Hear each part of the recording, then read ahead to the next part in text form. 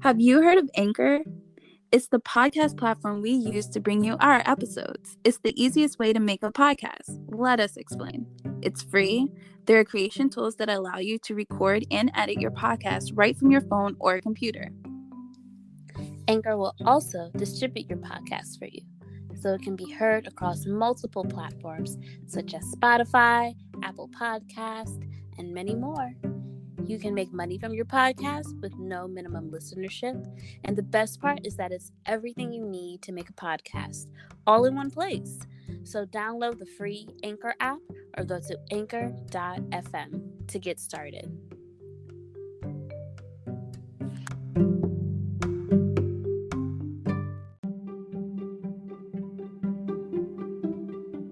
Hi, I'm Melissa. And I'm Amber. And you're listening to the AM Podcast. Okay, so for today's episode, we're going to follow up on a few items we started talking about in our last episode, which you should check out if you haven't already. And we're also going to discuss what keeps us in K-pop as Black K-pop fans. But first, we're going to start with our K-music picks of the week. So, Amber, what was your pick of the week? So this week I chose Iche and Root. I'm not sure if that's the proper way to say it, but that's how I'm going to say it. Their song Night Drive. I love the vocals, the violin, the lyrics. I just love everything. I think it's a very well-rounded song and it's very chill. And so, yeah, I like to listen to it when I'm working. So here's the song. Driving through the sky and it's so dark in here. Can fly tonight in the air. I'm feeling much better and ever feel your voice. Can you feel my voice? Okay, well, that's the song. Melissa, what was yours? My K-music pick of the week is the Gonlin song by Sumin and Slom. I don't know if this is how you pronounce that person's name, but anyway, so I am new to Sumin, but I really love the vibes of this song, and it's very it has a very early 2000s and kind of bouncy feel to it, and it's just very nostalgic sounding. And the music video itself is also really nostalgic because I think she's dressed in a oversized kind of suit kind of look. Anyways, and I know that's early 2000s, it's really trending right now. But anyway, so yeah, I just really love the music video and the song, the style, and I'm starting to listen to the album. I guess it's a collab album, and it's pretty good. Anyway, so here's a little bit of the song.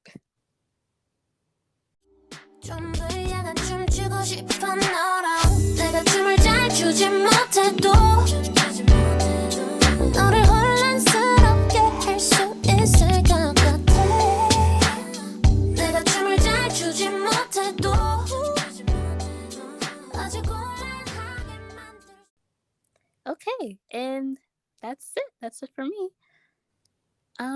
So next we wanted to provide an update on getting BTS's By BTS merch.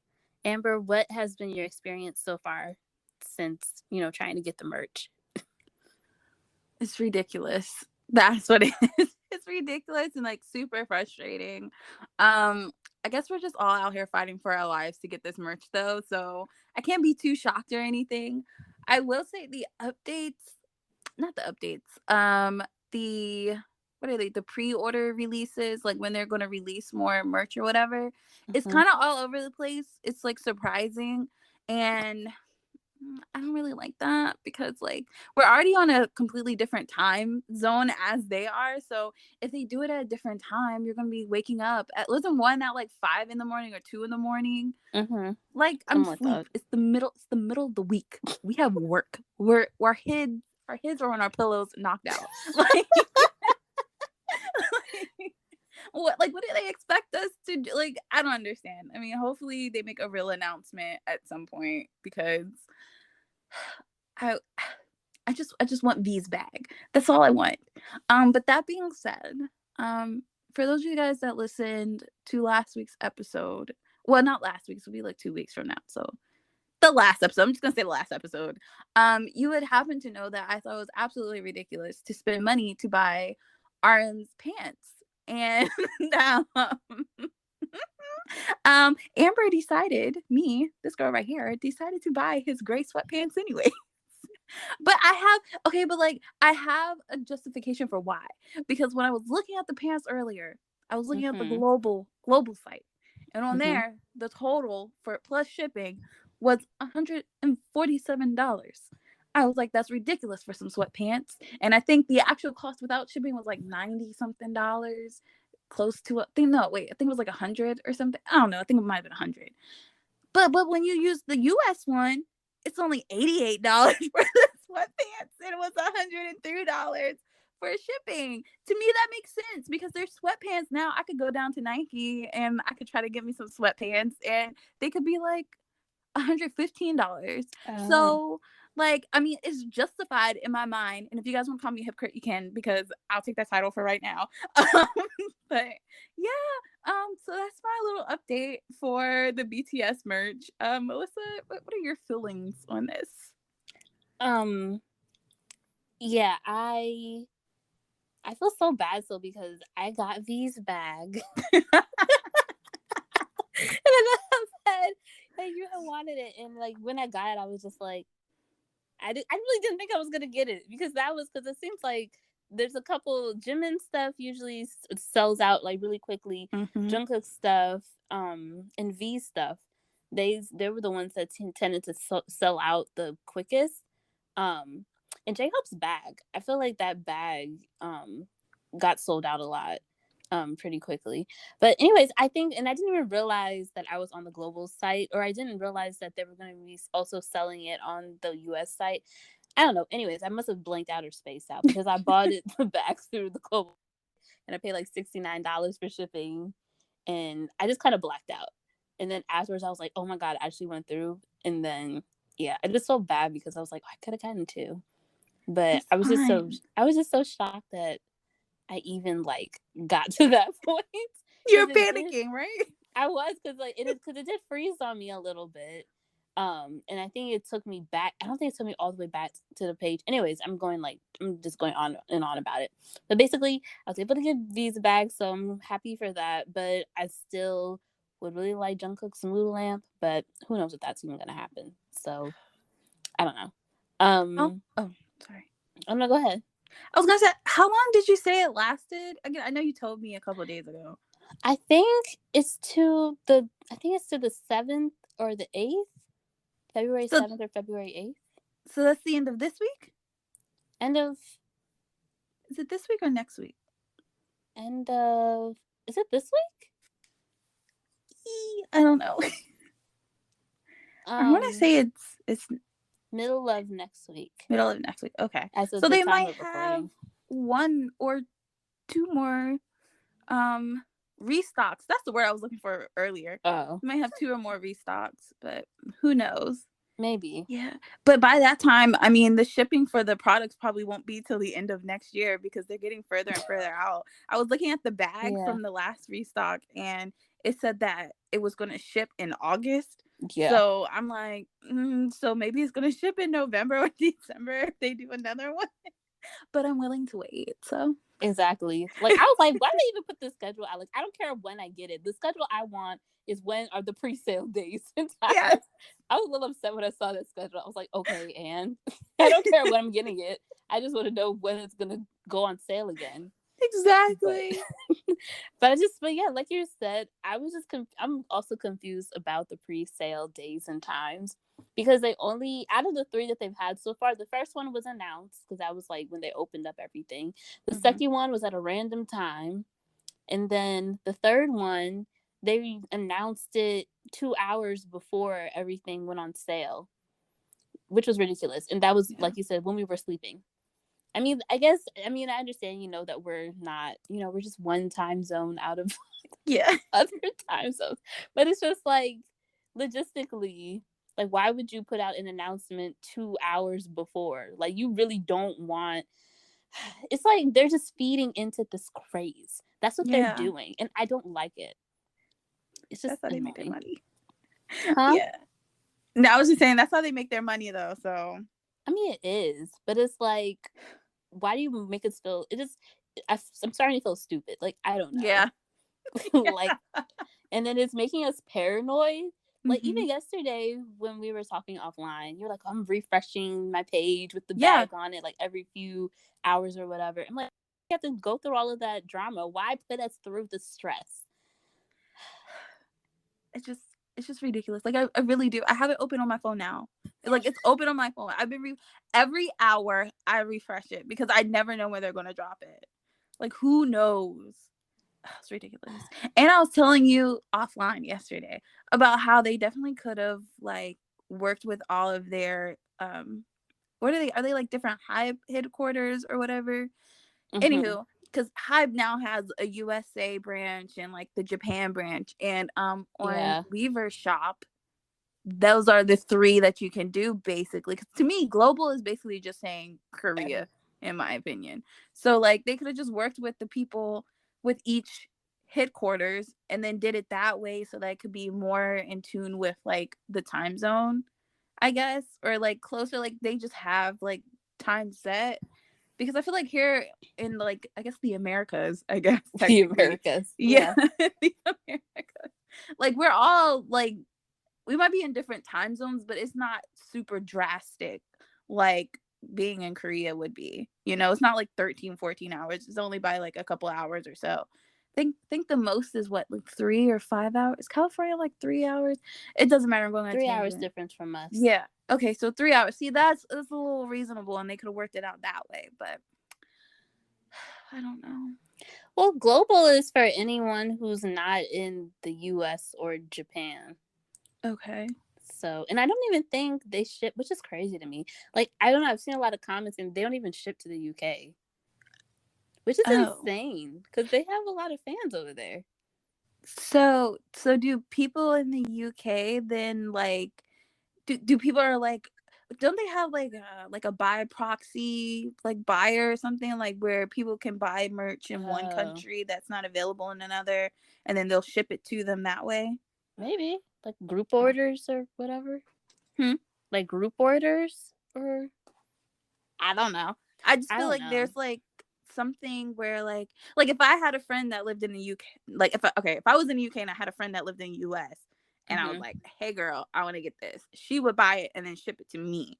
Oh, I And I don't know. think they Maybe. have like services like that. I don't know. Maybe. Anyways, I know there's other websites that um that do like resell like K-pop merch, then that's mm, probably what they use.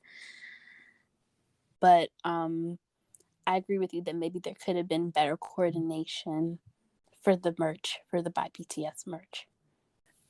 Okay, so yeah, that was our update on getting BTS's By BTS merch so far. Hopefully they're gonna have another fourth pre-sale and hopefully it's gonna be an announced pre-sale and mm-hmm. hopefully it's not announced 2 hours before the pre-sale. But if not, I mean, I'm just gonna go to like Amazon or something and get myself a mood lamp with pretty stars or whatever. So moving on. Spoiler alert: we're going to talk about two of the webtoons from the last episode for the next two topics and what occurred in the episodes 2 and 3. So just wanted to give you the alert of. So the first webtoon that we're going to talk about is 7Fates, Chaco, episodes 2 and 3. So for me, so far, it's pretty scary, and I feel like I knew it was going to be scary, from the prologue in the episode 1 because all the blood and stuff. But in this one, it's like legitimately kind of scary. Like the part where in I think it was 3, where the girl was walking and like she couldn't see and she was like, "Oh, it's just fire hydrant." But no, there actually was a bomb like right above her, like about to eat her. I was like, "Oh, like I don't know. It's just scary." And then the whole like, there's a lot of head cutting. There's a lot of gore. I don't know. I don't know how I feel about it, but I get it because this is the one that is BTS's webtoon, so I feel like I don't know if I would say it's for a more mature audience, but I would say that it's probably for a mature audience. But I don't know but I feel like anyone can access the webtoon. But for some reason, I feel like the content is just very mature compared to um Dark Moon. But anyways, I also thought it was really sad how Hoopa had tricked Zeha with his memories in order to get him to open the portal or the crack in the rock. I wasn't really sure exactly what it's called, or the opening to the other world. Because he really, really thought that that guy was, a friend of the family and he was going to help him. But no, he just wanted to use him for his gifts. And that part was it was just sad. And I like that we got a little bit more insight into the bums, because I thought they were all like human form, but it doesn't look like it. It looks like they can all look differently. So that's interesting. That and makes it even more scary. I don't know, but that they can take on different forms and look different ways. And so I don't know. I just thought that was interesting that we just learned more about like what bombs actually look like. Um, and I guess a question that I had was, so it looks like Zeha is going to be trained by, is it Haru? Is that his Mm-hmm. name? Haru. So he's going to be trained by him, as mentioned in the end. And I'm wondering, I don't know. In my head, I was like, this sounds kind of weird, but I was wondering if the train's gonna like activate his blood bomb side of him, Mm-hmm. um, because he even was asking himself, like, if I'm part bomb, why am I so slow compared to this bomb? And da da da. And so I was wondering if that's how he's going to, if the train's gonna bring out his characteristics, and yeah, I mean those were some of my thoughts of 2 and 3 so far. Um, Amber, what about you? I also want to say that I was wondering the same thing, if his bone powers were gonna activate. Like when he when he was using the first bone, I was like, why can't he fight him? Because I know he has a little bit of blood. Like he should be able to like track him with his eyes and everything, but he couldn't. And I was like, oh, what's happening right now? But I mean, I guess it makes sense. Like, usually that's how like, I don't know, in stories that are like this, that's usually how characters work out. Like, they do have to get training in order to be able to like tap in to their like real pure core power. So, Mm, that makes sense. I also want to piggyback. Like, it is slightly scary. I'm not gonna lie. I don't. Okay, it was scary, but but I mean, okay. If anybody else watches anime, like I've also watched Bleach, and like that has like a lot of like demons in it. So I don't know why I mhm. thought this was scary, but I think it's just because it took me off guard. Cause like cause the bone look all like furry and cute, but like when you look at their face, you're like, oh, you're not good. You are scary. So I think that was it. And I also, as far as like this being like the BTS one that's more mature, I will say, I mean, I haven't read any of the other webtoons other than this one and then the Dark Moon one, but I will say this is the most like gory one out of all of them. And so like you kind of got to be prepared for that. I mean, I don't know. When I heard this was coming out by them, I wasn't expecting BTS to put out something like this, but like they're also guys. So I feel like this is like if you're into like the I guess like the supernatural like I don't know, monster type shows or books or whatever, like this is a good webtoon for you. Like it's Yeah. really good for you because I think you'll really like it. Um so yeah. So those are like my little piggyback comments from what you said. But for me, I want to say that like our curiosity was actually confirmed in this one because we both were like, "Oh, I think we mentioned that we think that his dad was Boom as well because we were like the mom was a shaman, so he had and so that was confirmed. He was I do like that kind of like what you said, it did give us background to who the Boom were, but also like who Zia Zaya Is that how you say his name? Who he? Oh, go ahead. Oh, okay. I think it's Zeha. Okay, I was gonna say. Zeha. Give us more like background to like who he was and a little more of like what his family, like what really happened on the day that one he the day when he went up there to the mountain and he like woke up was like, I don't know what happened, like how did I survive this, like it gave us like insight into actually what happened that day. um and I just wanted to say, like, I cannot believe that the Tiger Butterfly team came in there and took the Bohm's head from them like that. Like, he worked hard for that. I mean, okay, the Bone kind of took him out just a little bit, but I'm just saying, they worked really hard for that. And I'm sitting here like, if Haru could sit here and fight off like 5 of them, why didn't you help the man out when he looked like he was about to die? Like, I didn't understand. He said he was trying to assess his skills. Okay, assess his skills to a certain point. Help him out. He needed help. But I guess they're not in it for the money either, because like, you get like a certain amount of money if you bring a head of one. So maybe they don't need it. I also had some questions. Just like, was Huppo? That's spell his name? Hupo? I think it's Hupo. Okay. Was Hupo the guy from the beginning that was like, oh, if you go to the mountain, you'll find out what happened to your parents? The one that was like talking to him? Yeah, I'm pretty sure it was him. Okay, well, that question was answered. And I just want to say, like, I have a little guess for the next chapter. I think we're going to find out how each person becomes part of the hunter crew within maybe like the next chapter, the next few chapters, just because we were introduced to Dogun, Gun. Yeah, that character. We were introduced, RM's character, basically. We were introduced to him at the end.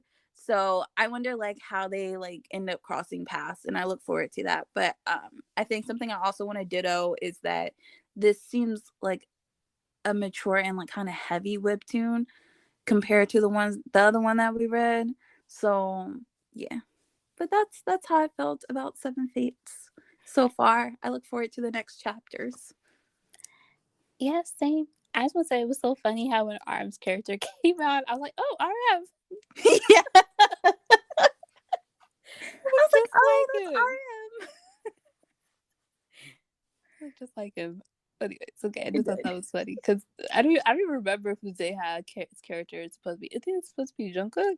It is supposed to be Jungkook, but it don't look like him. Looks nothing like him at all. No. With arms, it was like, oh, RM. Anyways, okay. It's the haircut. For me, I think it was the eyes and like the face. The face looks like him to me. I don't know. Maybe it was just the haircut too. But okay, so moving on to the next webtoon, Dark Moon Blood Altar, episodes 2 and 3. For me, both of these were kind of slow to me because I feel like it was mainly just introducing the characters and that was about it. In terms of conclusions or guesses, predictions, I think the 7 guys are vampires. One of them even has like a fang, like a vampire. I was like, yeah, he's a vampire. But like, why can't Suha see this? And so that's the main girl, and I wanted to like make sure I like had her name and not just call her like the girl, even though she's the only main girl in the webtoon, so that probably would have been fine. But anyways, I'm still confused as to like who she is or what she is. It sounded weird to say like what is she, but I mean, yeah, I mean, like I still feel like she's like maybe half vampire or has some sort of vampire something in her. But I don't know. And I do think that overall, this webtoon is pretty cute. I thought it was cute how at the end they were like all kind of like, it seemed like she was feeling a little bit overwhelmed with all the attention and like how nice they were. And she just like ran away like, okay, thanks guys. Thanks for showing me around. I thought that was cute. But overall, yeah, I think that was it actually. I don't have anything else that was going to add.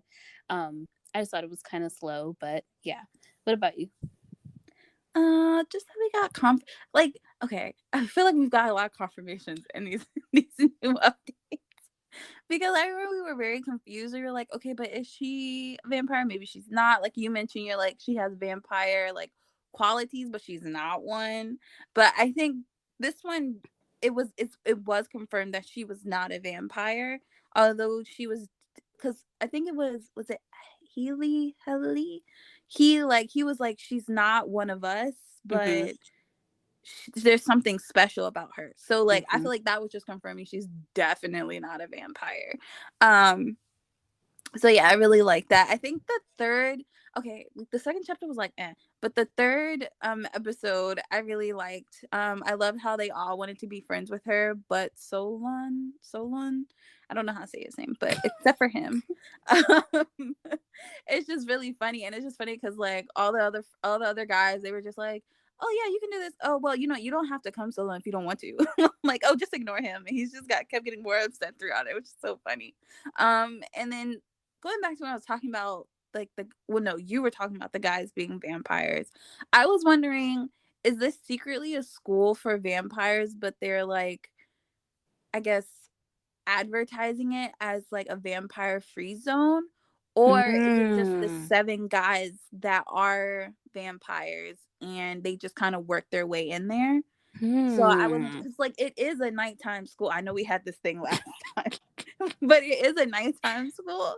So I was thinking like it's like a secret place for vampires to go, and they might let like other humans or other people come in to make it more legit. I don't know. Hmm. I might have thought too deep into it, but that's my theory. We're only 3 episodes in. Okay. So um and I want to know, why did Solon? I'm gonna say that's the name. Why did he act so cold? But at the end, when she ran away, he followed her back to her room and was like, "Don't you want to know my name, or do you even know my name?" He said something like that, and I'm just like, "Wait, you were acting so cold to her. Like, what's going on?" But I don't know. And okay. Also, this something just popped in my head. Like, is she gonna be mad when she finds out that they're vampires?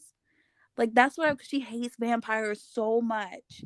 Is she gonna feel like bad, or is she gonna be like, okay, well maybe not all vampires are bad? Like, will she have a change of heart?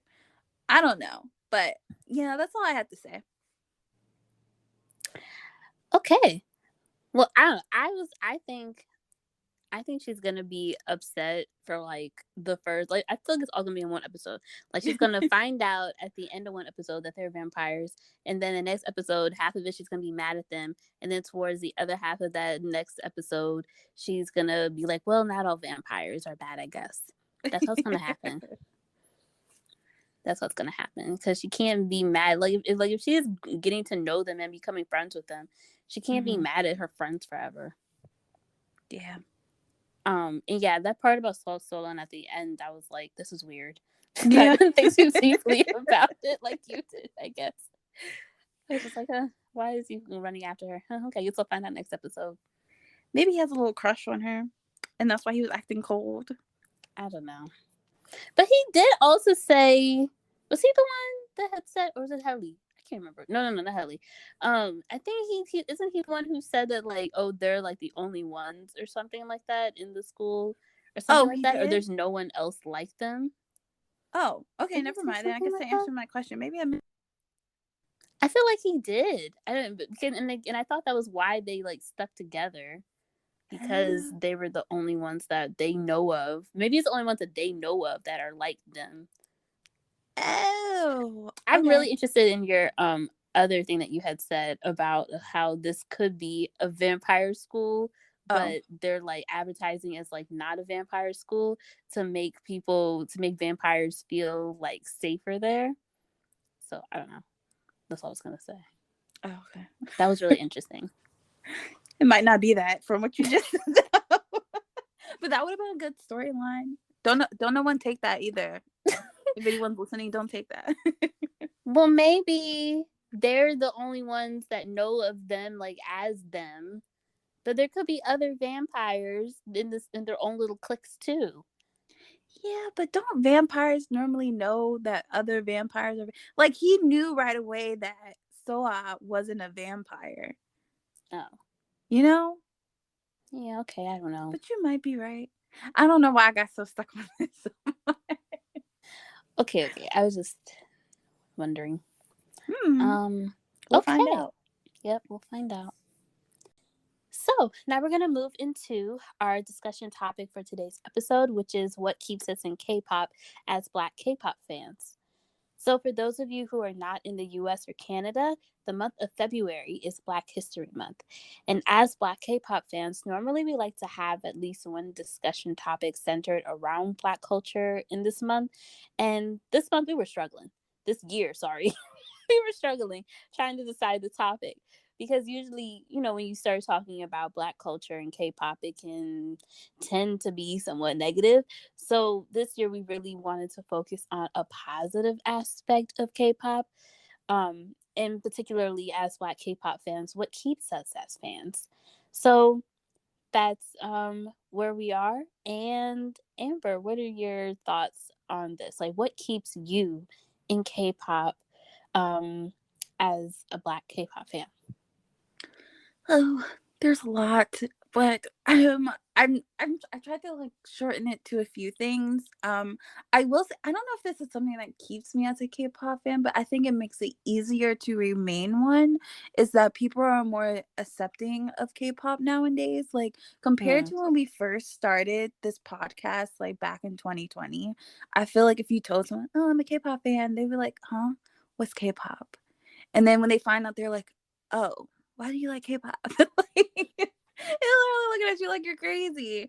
But now because it became so mainstream, when you mention it to someone, they're like, "Oh yeah, I heard about that boy group BTS, right?" I'm like, "Yeah, yeah, yeah." And so like they understand more. So it's not so like I guess off-putting to other people, and so it just makes it a little bit easier. I mean, I probably would still like it even if people didn't like it, but like it just I don't know. It makes you more comfortable with being like a fan. You know what I mean?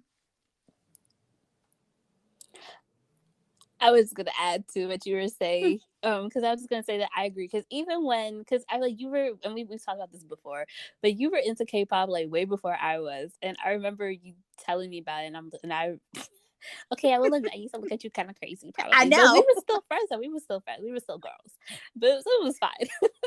but but yeah, I agree that it has become because K-pop is more widely recognized now and more well known. I guess it has become a little bit easier to. I feel like it's also just easier to find, or maybe it's just that's just the side of TikTok that we're on. But I feel like it's easier to find people who also enjoy the same music, and so you don't feel as alone, I guess, Hmm. in or weird, I guess, in liking music that isn't mainstream. Um, that's all I was gonna say. So good. That was the good point. Yeah. Thinking back to when you didn't like K-pop. Now look how far we've come. I've grown so much. Anywho. Moving on to the next reason, I would say just the community of K-pop. It's just the acceptance of fans from other cultures. Majority of the time, acceptance of fans from other. But I feel like in general, we're all pretty accepting. There might be a few of us that's like, eh, but majority of the time, that's how we are. And I feel like it's gotten better over recent years. Because I don't know, I can't speak for like before I got into K-pop too much, but I have heard stories about it. Like, there was this extreme divide between like Hmm. fans from other countries sometimes, or even just like the K fans and like the international fans. Like, I just feel like we all just kind of mesh well together lately. And so that's really nice because like when you're in that kind of like environment, you want to get along with everyone because like at the end of the day, you all love K-pop. So like Exactly. you just want to fangirl out with everyone no matter where they are. So just having those kind of conflicts like all the time would have been just a lie. I mean, I know they're still there, but it's just nice that it's just gotten better over the years and we can all just like vibe out together. That's really nice. And I would also say it's something comforting about that because like although K-pop has become mainstream and people don't look at me like I'm crazy that much, there's still people that's going to look at you like you're crazy. And so it's nice to be in a community where people understand you. And another aspect of that is that you find like okay, like we're part of like the K-pop, the Black into K-pop coalition. And so it's cool to have like this little community within a community and it's just like they understand you and you understand them on the basic level of being Black. So it's just really nice to have like Black K-pop people that you can just kind of talk to. Where I feel like before it was just kind of hard to find. I don't know if it's just because like the advancement of like social media or whatever, but I mean it's just really nice and it's comforting to have people that look like you that like the things you do because okay, I was going to tangent. I'm gonna pull it back because it's just nice to have. Um, the next part is I would say the artist, and it's just because they just put out great music. I may not love every song that we might have talked about in the past or that we will talk about in the future, but I still think the music that a lot of people put out is really good and it can reach different people who like different kinds of genres or whatever. And so part of the artist reason is that I feel like they are real people, like they're approachable. And I like how over the time they've really opened up about their mental health and all that, which, you know, I feel like they've always had to have like this perfect image, like nothing is wrong with me. I'm great.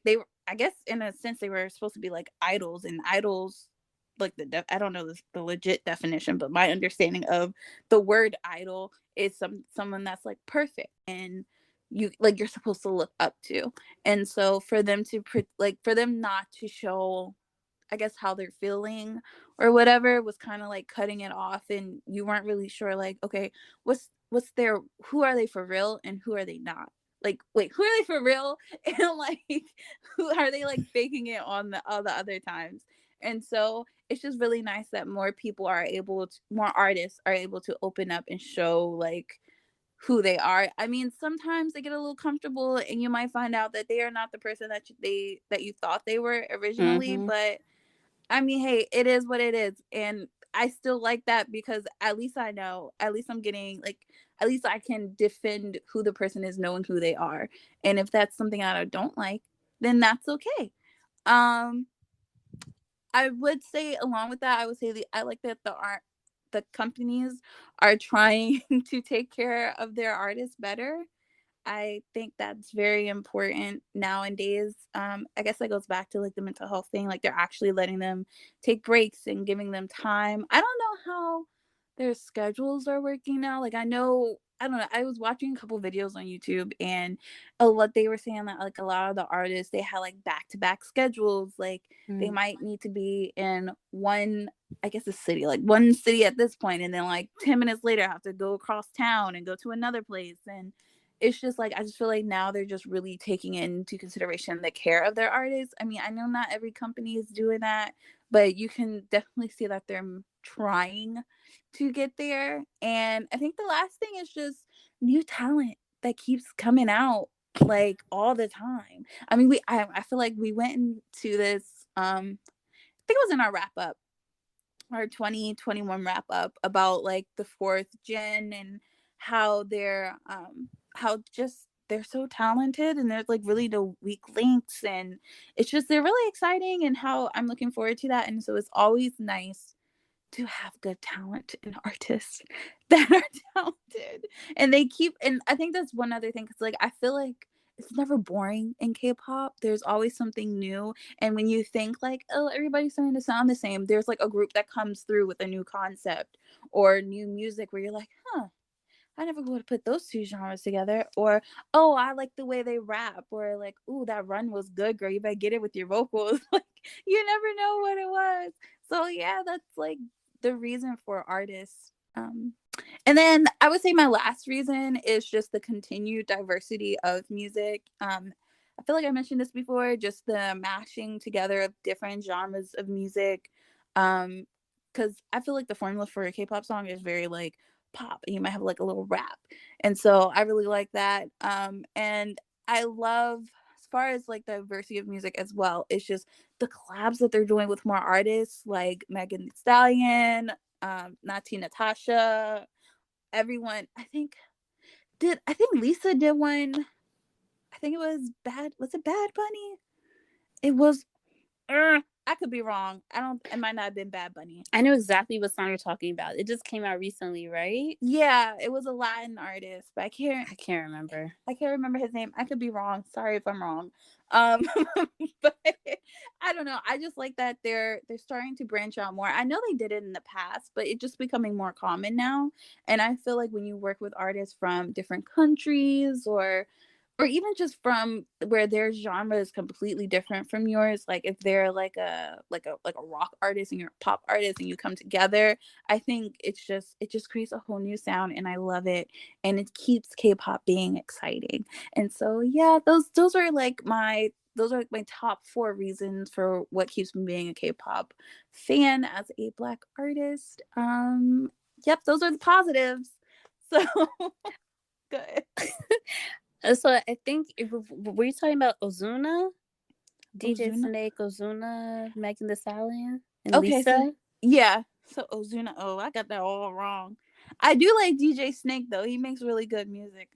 I don't think I've heard of Ozuna before, but I mean, I like the song. So Okay, I'm not even sure that I listened to it, but anyways, I just wanted to clarify for your thanks, point. because I don't know why Bad Bunny was the one that popped in my head. He's very popular though. He is. That's probably why he was the one that was right there. I just wanted to go back to like really briefly, like those are all awesome points. And I also wanted to go back. You were talking about community and like how we're part of the Black into K-pop coalition, and it's nice, that we kind of have we kind of understand each other, at least on a base level of like being Black and being into K-pop. But I also think it's really nice that sometimes I feel like I'm a little crazy for, I don't know, like if an artist does something that to me feels kind of anti-Black or whatever, and I feel like, oh, should I like, am I right for thinking this way, or am I wrong for thinking this way? And I see that the people that are in the coalition, like they're also calling out an artist for acting a certain way on the same things that we would have probably called them out for. It's like, I don't know, just it's nice to know that there's, I don't know, a solidarity. Yeah. I guess that like, no, we're not crazy for feeling how we feel. Like, I don't know, it's the validation part is cool too. Yeah. Isn't part Often sorry. Oh no, sorry, go ahead. Okay, you can finish. I think I was just gonna say the solidarity, that our feelings are valid, I guess. Yeah. That's what I was gonna say.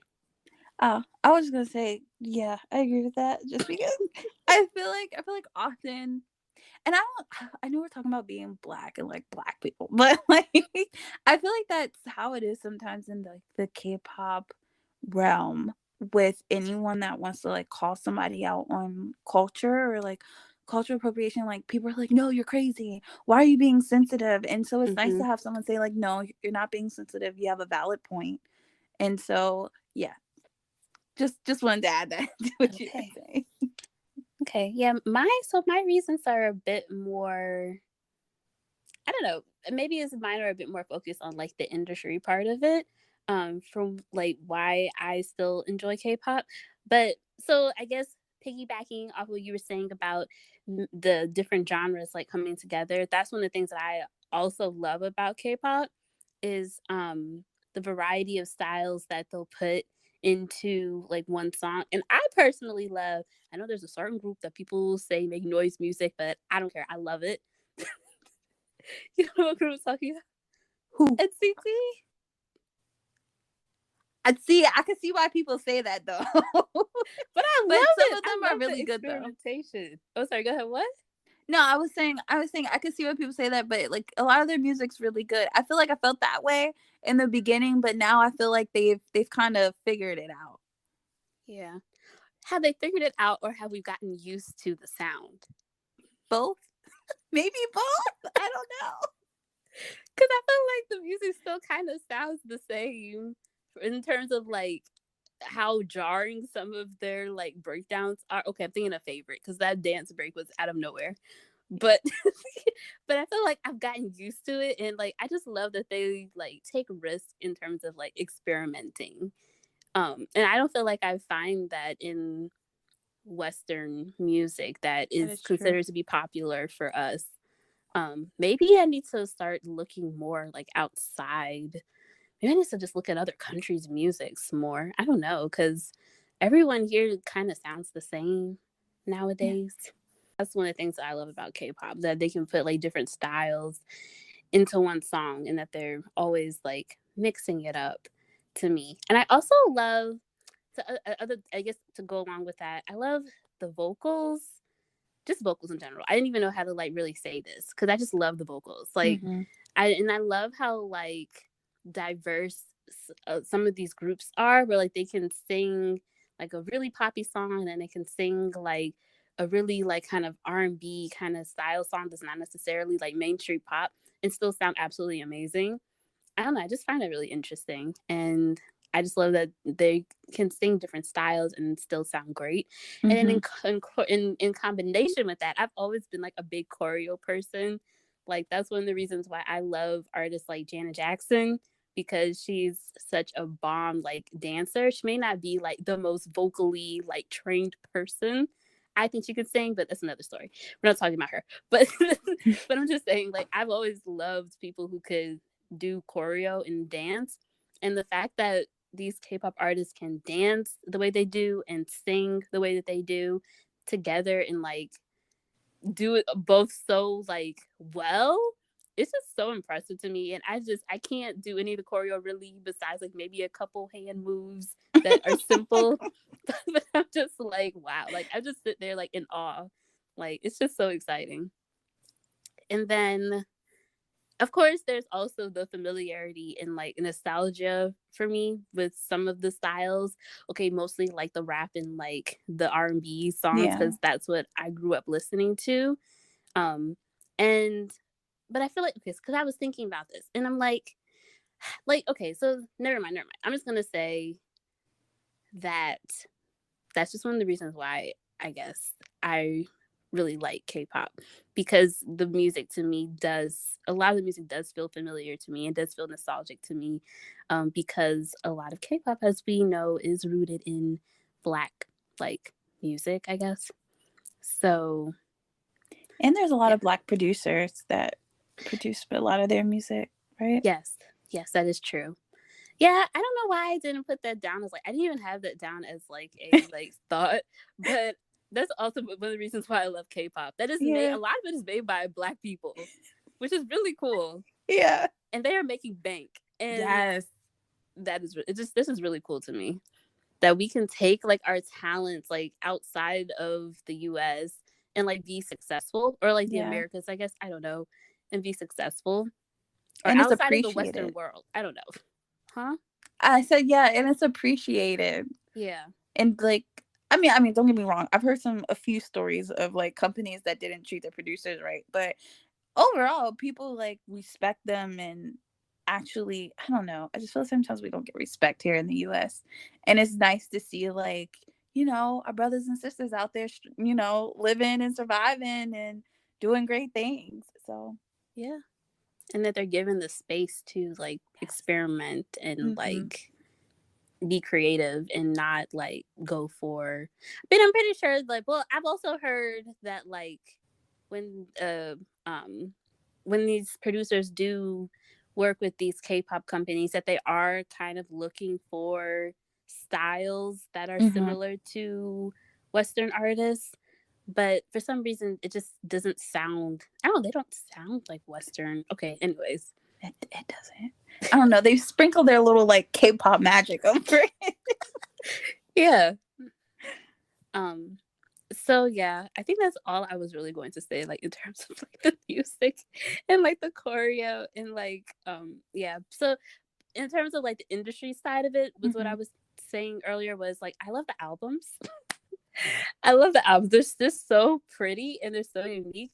And buying K-pop albums, okay, the past like year or so, I found a little bit crazy. I think we both found a little bit crazy with buying albums. Don't pull me into that. Were you not just telling me that you bought like a bunch of albums like a few weeks ago?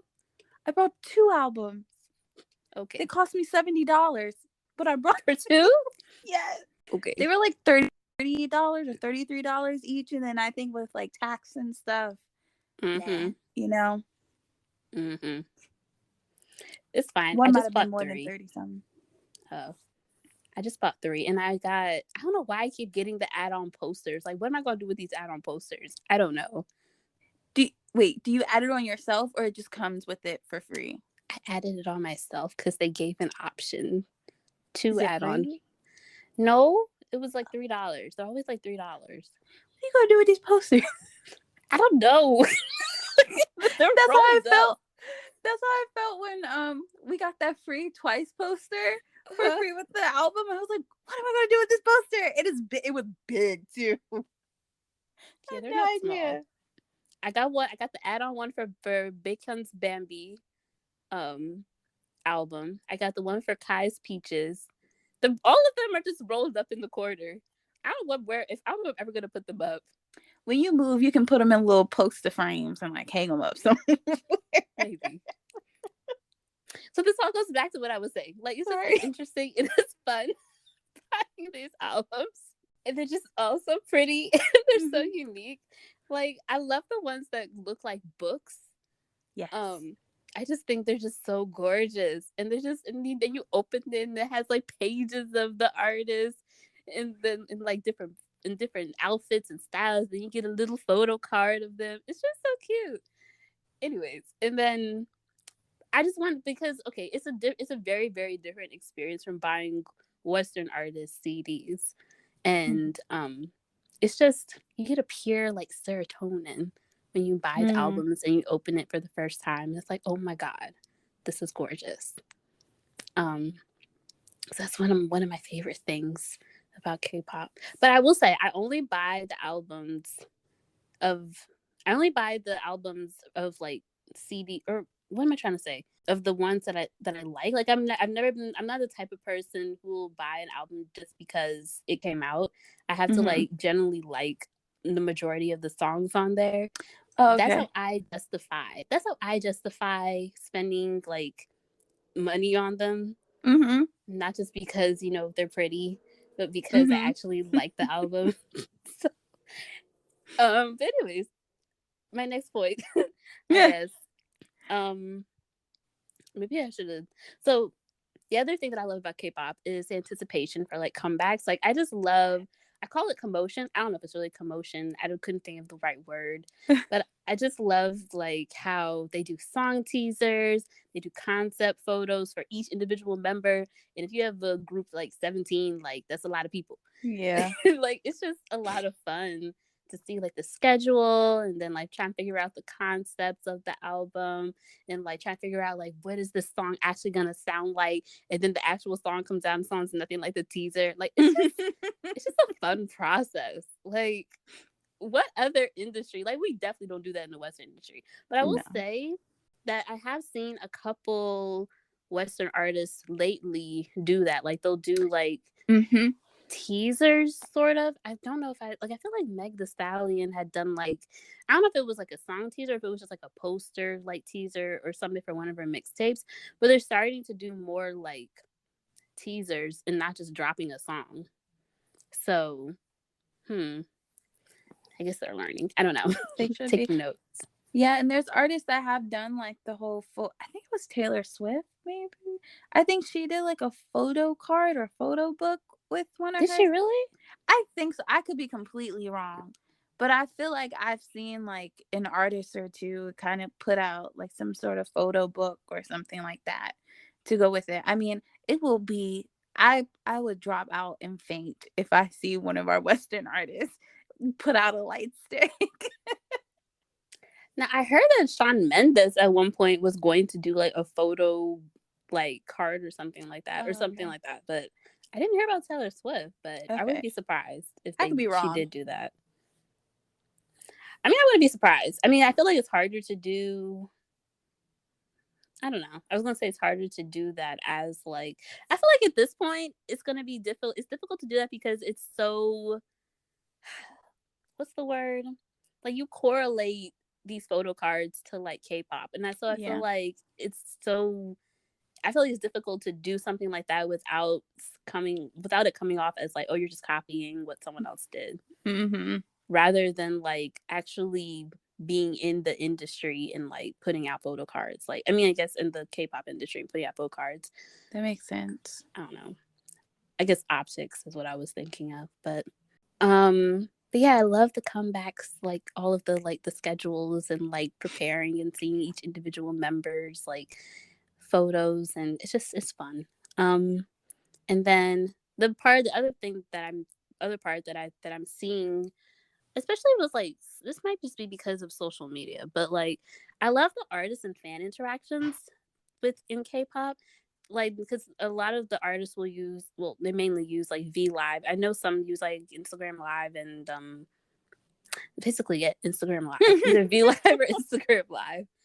Um, and they're just very consistent with how they interact with their fans, and like I don't know if some of them like yeah, I guess they read comments and like I don't know, it's just you feel as though you know them. Yeah. And you were talking about earlier about like how they're becoming more open with like mental health and things like that, and they're really trying to like break down, and I feel like with like doing these lives, it's another way for us as fans to like kind of learn a little bit more about them or feel as though we know more about them. So I don't know, I just really like I like the interactions part of it, and it's not just like I feel like a lot of Western artists, they just drop music and it's like if you like it, great. If you don't, whatever. Like I don't know, but there's Yeah. not really. I will say that like there's some artists like Doja Cat, like she's always like on Instagram Live apparently. Mm-hmm. Like so I think it's more like a social media thing. And like Tori Kelly, she did that whole um she used to do like Friday. What was it? During when the pandemic had like first hit, she used to go on Instagram Live like every like once a week or something like that, and just go on her guitar and just start playing. So I feel Mm. like it just could just be like a social media thing. Like It could people, be. Western artists are just now using it more. So then back, but it had always been to me like more of a K-pop thing because they were always on V Live. But and I don't know, I just feel like it's a great way for you to interact with your fans, and yeah. Yeah.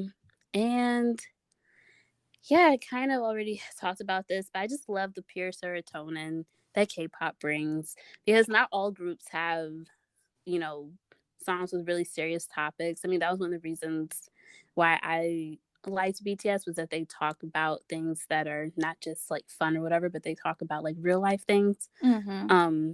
But not all of them talk about this. Some of them just talk about having fun, and some of them are just like have really cute songs that are just super catchy, and it's just fun.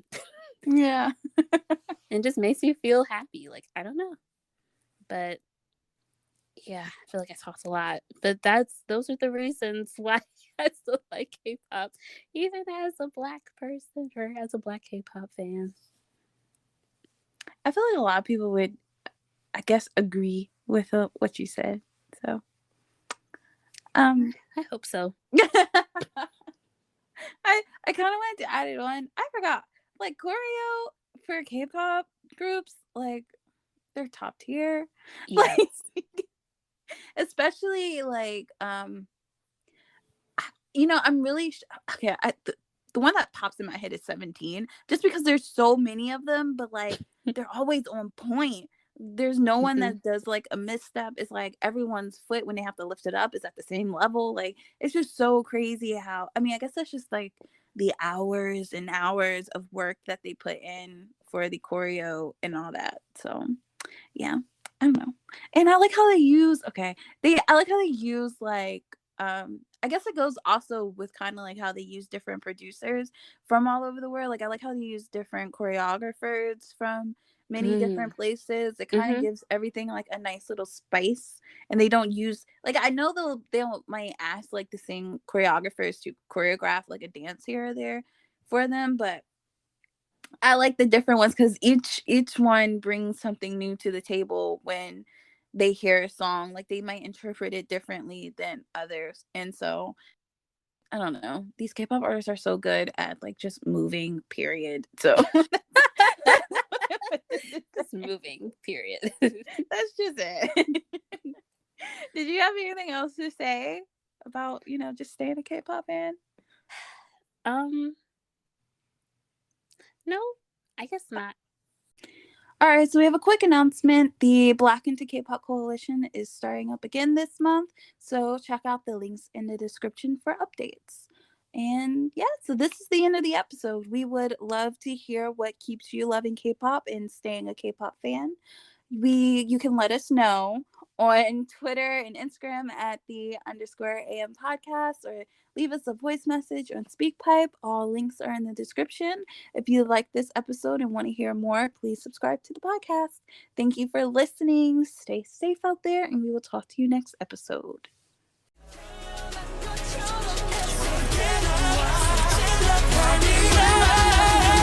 told